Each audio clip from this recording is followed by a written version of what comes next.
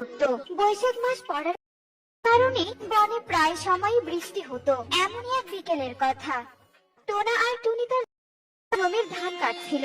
এমন সময় আকাশ কালো মেঘে ছেয়ে যায়।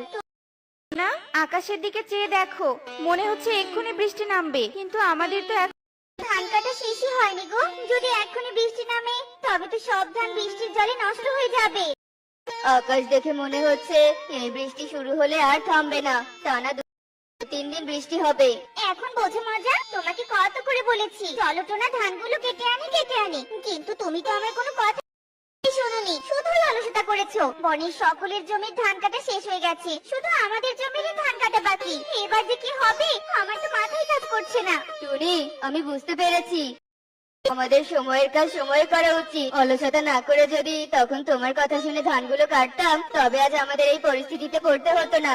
যাকগে, এবার ধানগুলো কাটি। এরপর তারা দুজন আবারও ধান কাটতে শুরু করে। আর এমন সময় প্রবল বেগে বাতাস বইতে শুরু করে। আরে টোনা, এই ঝড়ের সময় তুই ধান কাটছিস? একটু পরেই তো বৃষ্টি নামবে। বৃষ্টি নামলে ধান তো জলের নিচে ডুবে যাবে। তোরা দুজন মিলে তো আর ধান কাটা শেষ করতে পারবি না। কিছুই বুঝতে পারছি না, ধান ঘরে না তুললে যে না খেয়ে মরতে হবে। চিন্তা করিস না, আমি দেখছি কি করা যায়। হ্যালো ময়ূরী, তুই এক্ষুনি বনের সব পাখিদের নিয়ে টোনার জমিতে আয়। টোনার জমির ধান কাটতে হবে। আর একটা ভ্যান গাড়িও নিয়ে আসিস। বৃষ্টির আগে সব ফসল ঘরে তুলতে হবে। কালুর কথায় একটু পরে বনের সব পাখি এসে টোনার জমিতে হাজির হয়। আমরা চলে এসেছি। আমরা সবগুলো একসঙ্গে ধান কাটলে মুহূর্তের মধ্যেই সব ধান কাটা শেষ হবে। একটা কথা আছে না, দেশে মিলে করে কাজ, বাড়ি যেতে নাহি লাজ। এরপর সকল পাখি টোনার জমির ধান কাটতে শুরু করে। মুহূর্তের মধ্যে সকল ধান কাটা শেষ হয়ে যায়। কবুতর, তুই তাড়াতাড়ি ফসলগুলো টোনার বাড়িতে নিয়ে যা, আমরা সব উড়ে আসছি। এরপর কবুতর সব ফসল টোনার ঘরে তুলতেই বৃষ্টি নেমে পড়ে। এদিকে বাকি পাখিরাও ভিজে টোনার বাড়িতে এসে উপস্থিত হয়। তোদের কাছে আমি সারা জীবন কৃতজ্ঞ থাকবো। তোরা সকলে যদি আজ আমাকে সাহায্য না করতি, তবে যে আমার কি হতো, আমি কখনো ফসল ঘরে তুলতে পারতাম না। আমরা তো প্রতিবেশী, তাই একে অপরকে সাহায্য করা আমাদের দায়িত্ব। একসঙ্গে বসবাস করতে গেলে আমাদের সকলকে মিলেমিশে থাকতে হবে।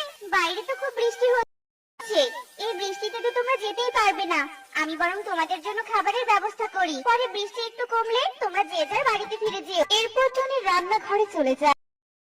বাড়িতে তো কোনো কিছুই নেই, সবাইকে যে কি খেতে দিব ভেবেই পাচ্ছি না। কি যে করি, পেয়েছি বুদ্ধি। এই বড় লাউটা তো পড়েই আছে, আমি বরং এই বড় লাউটা দিয়ে এর পাকোড়া বানিয়ে ফেলি। বৃষ্টির দিনে লাউয়ের পাকোড়া খেতে খুব ভালো লাগবে। এরপর টনি ঘরে থাকা সেই বড় লাউটা দিয়ে পাকোড়া বানায় আর তা সকল পাখিকে খেতে দেয়।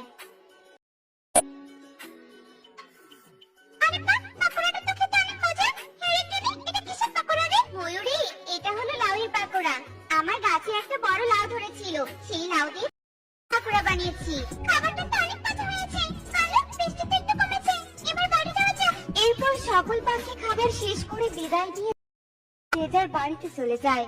অন্যদিকে ওই বন থেকে বেশ কিছুটা দূরে এক গভীর অরণ্যে বাস করত এক ডাইনি বুড়ি।